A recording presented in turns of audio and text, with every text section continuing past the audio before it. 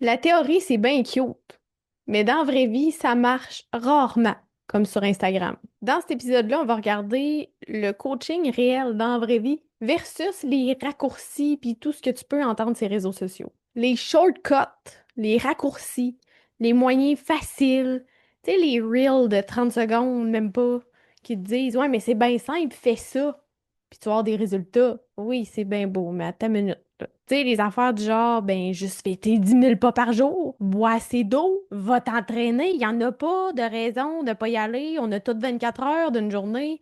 C'est les choix que tu fais. C'est où tu choisis de mettre ton temps. Mange clean 100% du temps.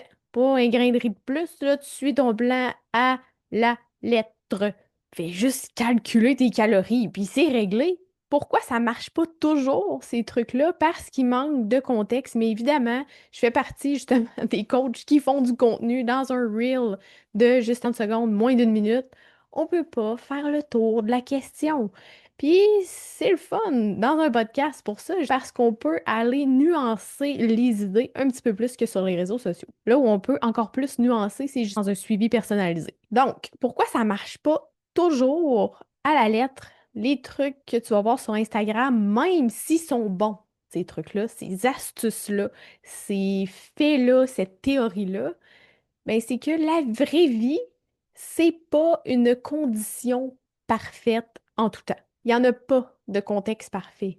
Fait que si tu avais juste ça à faire de ta vie, t'entraîner, faire ta meal prep, dormir, manger, il n'y en aurait pas de problème. Mais on s'entend-tu pour dire que c'est pas la réalité de la majorité? Il y en a qui ont des enfants, il y en a qui ont des travails stressants, il y en a qui font des heures de débile mental, il y en a qui ont des travails atypiques avec des horaires atypiques, il faut qu'ils se déplacent, qu'ils sont pas tout le temps à la maison. Est-ce qu'il y a moyen de progresser à travers tout ça? Oui. Est-ce que chaque personne va avoir la même formule? Définitivement pas, non. En dehors de ça, ben, il y a aussi le fait que chaque corps réagit différemment. On a toutes des conditions, on a tout un passé, on a tout un nombre d'années qu'on a fait telle chose. Il y en a qui ont des débalancements hormonaux, il y en a qui ont des conditions de santé X, il y en a qui ont des blessures, il y en a pour tous les goûts. On est tous différents, puis c'est la beauté de la chose, mais c'est aussi pourquoi il faut adapter son approche selon la personne qu'on a en avant de nous, selon t'es qui. Les trucs, oui, peuvent s'appliquer, mais il faut pas tout prendre au pied de la lettre. Tu sais, il y a le facteur humain qui va embarquer en ligne de compte avec la théorie, justement. Je prends un exemple. Euh, OK, la cliente parfaite, le soldat, OK, qui s'entraîne depuis 15 ans. Là, elle est sur un plateau. Puis elle comprend pas pourquoi, OK? Ben, tabarouette, cette personne-là, ça fait 15 ans qu'elle s'entraîne. Elle veut prendre de la masse, elle veut perdre un peu d'inflammation qu'elle a. Son ventre la dérange. Ses jambes aussi un peu, tu sais, elle veut que ça change, que ça look différent, mais colique, elle s'entraîne déjà 6 fois semaine. Elle fait du cardio comme plusieurs fois par semaine, intense, le spinning. Elle mange bien, mais il n'y a pas de structure dans tout ça, puis ça se peut-tu qu'elle en fasse trop? Elle a une job stressante, elle a des enfants, des responsabilités, une vie, tu sais, un couple. Tu sais, il n'y a pas juste ça à faire. Fait qu'est-ce que ça se peut que cette beast-là en fasse trop de manière pas adaptée pour elle? Ben oui, justement, ce cas-là, ce qu'on a fait, c'est diminuer sa fréquence d'entraînement. Au lieu de 6 fois, on est tombé à 4 musculations par semaine, un spinning par semaine, puis des marches. That's it. Puis en dedans d'un mois seulement, on a déjà vu la différence, une réduction de l'inflammation. On a vu les muscles, justement, prendre de l'expansion, une prise de masse. Un look vraiment plus tonifié. Fait qu'on voyait plus la définition musculaire, justement, les muscles qui pop, l'inflammation qui disparaît, pourcentage de gras qui diminue, en faisant moins, mieux adapté, mieux équilibré, mieux construit selon ce que la personne vit dans sa réalité, tout simplement. À l'inverse, une personne qui est turbo-sédentaire, qui mange 2 repas par jour, puis souvent c'est du McDo, mais on partira pas de la même affaire. Premièrement, elle commence par avoir une meilleure structure alimentaire, intégrer un déjeuner complet, un dîner complet, un souper complet, éliminer le grignotage. Déjà là, On est ailleurs, intègre les marches, après ça, un entraînement, deux entraînements. Ça dépend de la personne aussi, mais il n'y a pas un plan, une théorie qui s'applique de justement, OK, on va dire que dans un monde idéal, il faut que tu t'entraînes 4 fois semaine. Là, si t'entends à un moment donné que le meilleur split, c'est upper-lower, fait que là, toi, tu pars, t'es dans ton salon, tu manges 2 repas par jour, c'est du McDo. Puis là, il faut que tu intègres 4 entraînements au gym semaine, que tu fasses du cardio 20 minutes après chaque workout, que là, tu manges plus ça, que tu commences à manger ça. Ça marchera pas. Tu vas le faire 2 semaines, tu vas faire Waouh! Après ça, ça va crasher parce que c'est ben trop one shot. Tu sais, pars de la réalité que t'as, adopte des changements tranquillement. Ça n'a pas besoin d'être parfait tout de suite. Puis tu sais, c'est quoi être parfait? Ce que tu veux, c'est justement intégrer des habitudes, changer des choses, voir le bienfait à ça, voir le résultat, puis tranquillement, justement, en mettre un petit peu plus toujours jusqu'à ce que ça ressemble, entre guillemets, parfaitement à ce qu'on te véhicule de ce qui est optimal selon la théorie, tu sais. Donc, tout ça pour dire que l'adaptation individuelle selon la personne, selon le style de vie, selon la réalité de la personne, c'est hyper important. Fait que oui, ce que tu vois sur les réseaux, oui, la théorie est importante, puis elle est pas là pour rien. Mais il faut l'adapter de manière adaptée à la personne que t'es. Fait que c'est pas parce que tu ne fais pas autant que la fille qui vient de faire sa compé de bodybuilding, qui a une shape parfaite selon toi, que ça donne rien que tu appliques les petits changements. Tu sais, chaque petit changement va mener à un grand changement. Tu sais, je veux dire, si tu n'as jamais monté de montagne de ta vie, tu commenceras pas par l'Everest, right? Tu vas commencer par une plus petite, peut-être. Ben, c'est ça. Même principe. Il y a souvent des nuances qu'on oublie, tu sais, que oui, il y a la science, oui, il y a la théorie, oui, il y a les études, mais comment t'appliques ça dans la vraie vie d'une vraie personne avec des responsabilités, des loisirs? Tu sais, je veux dire, on a juste une vie à un moment donné. Tu sais, selon moi, ça fait partie de profiter de la vie, de s'entraîner, de bouger, d'explorer les capacités de son corps, de se sentir bien pour justement vivre et en profiter plus longtemps. Mais il n'y a pas juste ça. Si ta vie ne tourne qu'autour de la science dit que c'est ça qui est le mieux, faut que je me couche à chaque soir à 7h30 pour avoir tant d'heures de sommeil parfait sans réveil. C'est sûr que c'est l'idéal, là, je veux dire. Mais ça arrive de temps en temps d'avoir une nuit de marde, puis de te réveiller, faire des cauchemars, puis ton chum il ronfle, puis ça peut pas toujours être parfait.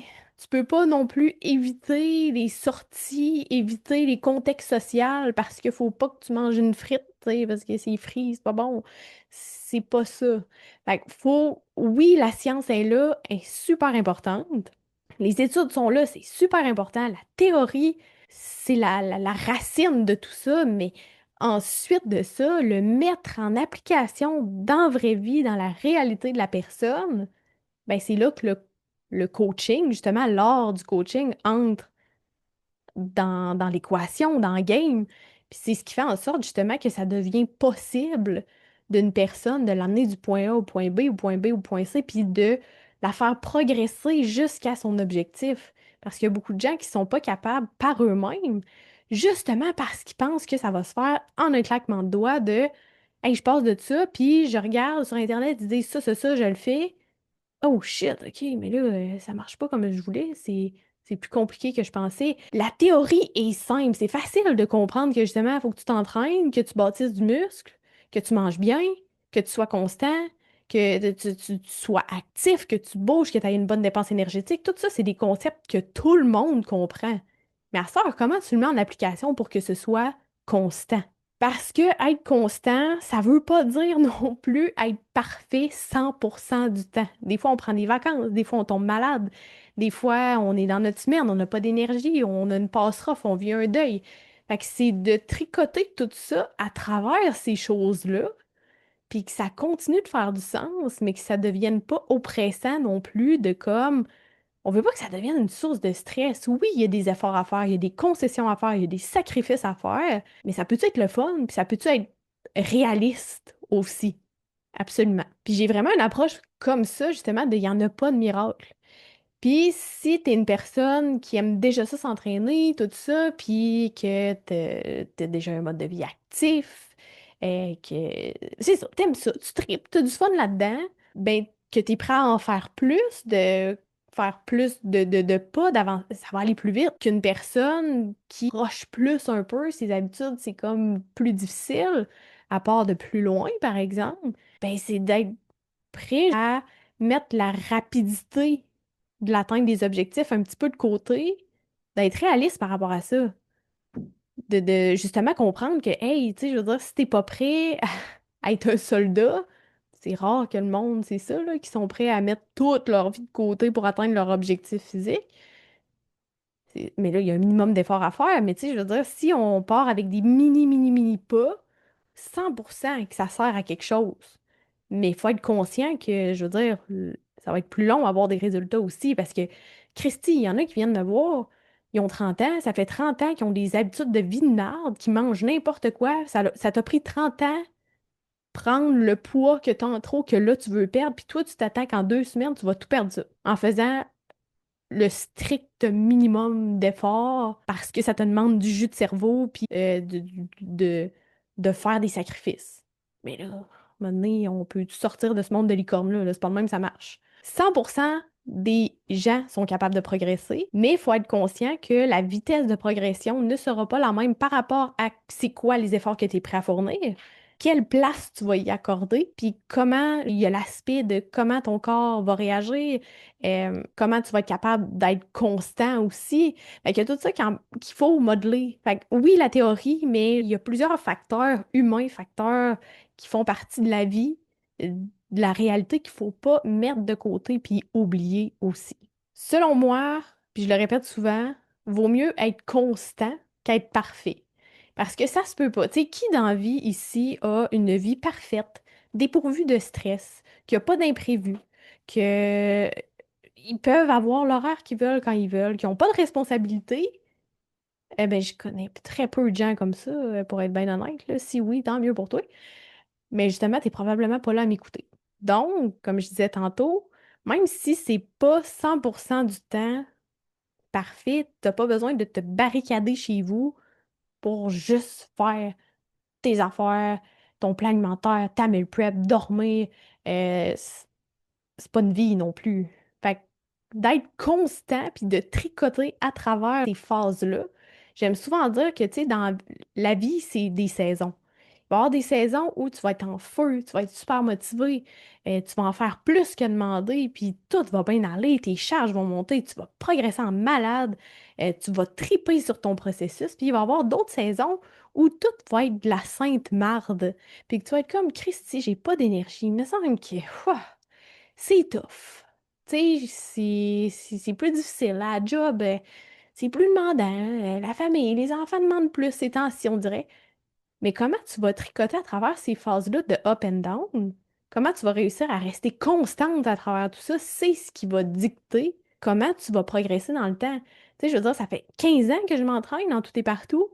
Ça n'a pas été une ligne droite de comme, hey, ça y va, puis je suis tout le temps plus forte, puis je suis tout le temps meilleure, puis je progresse tout le temps à une vitesse de débile mental. Non. Mais j'ai jamais arrêté. Tu sais, j'ai commencé à m'entraîner, j'étais au cégep, après ça, j'étais allée à l'université. J'ai déjà été à l'université temps plein, 3 jobs. Puis je m'entraînais 6 fois semaine, c'était beaucoup trop, mais tu sais, je l'ai fait. Je sais que je suis capable de le faire. Est-ce que c'était sain? Non. Est-ce que ça a pété aux frettes à un moment donné? Ben oui. Après ça, ben, je suis tombée sur le marché du travail, j'ai parti une compagnie, là, je déménageais avec mon chum. Tu sais, ma réalité, mes saisons ont changé, mais j'ai jamais arrêté. Je me suis adaptée. Il y a eu des phases où je me suis entraînée tard le soir, d'autres où je me suis entraînée super tôt le matin. Il fallait que je me lève à 4 heures. Euh, Ça a changé, je me suis adaptée, mais est-ce qu'il y a eu là-dedans une façon de faire qui était parfaite que je vais être capable de maintenir jusqu'à la fin de mes jours? Probablement pas. C'est comme là, je vais m'entraîner un petit peu plus tard le matin parce que je travaille avant, je vais m'entraîner. Bref, ça arrive des fois que, ah shit, aujourd'hui, imprévu par-dessus imprévu, ben je vais y aller à soir. Ou j'ai pas le choix, il faut que je reporte à demain. Mais au bout de la ligne, je suis constante, pas parfaite. Puis c'est ce que je demande. aux femmes qui travaillent avec moi, justement, je te demande pas d'être parfaite, je te demande d'être constante, d'être consciente des choix que tu fais, puis justement, d'avoir la conviction que c'est important pour moi, je vais y arriver, même si c'est pas toujours parfait, on continue d'avancer.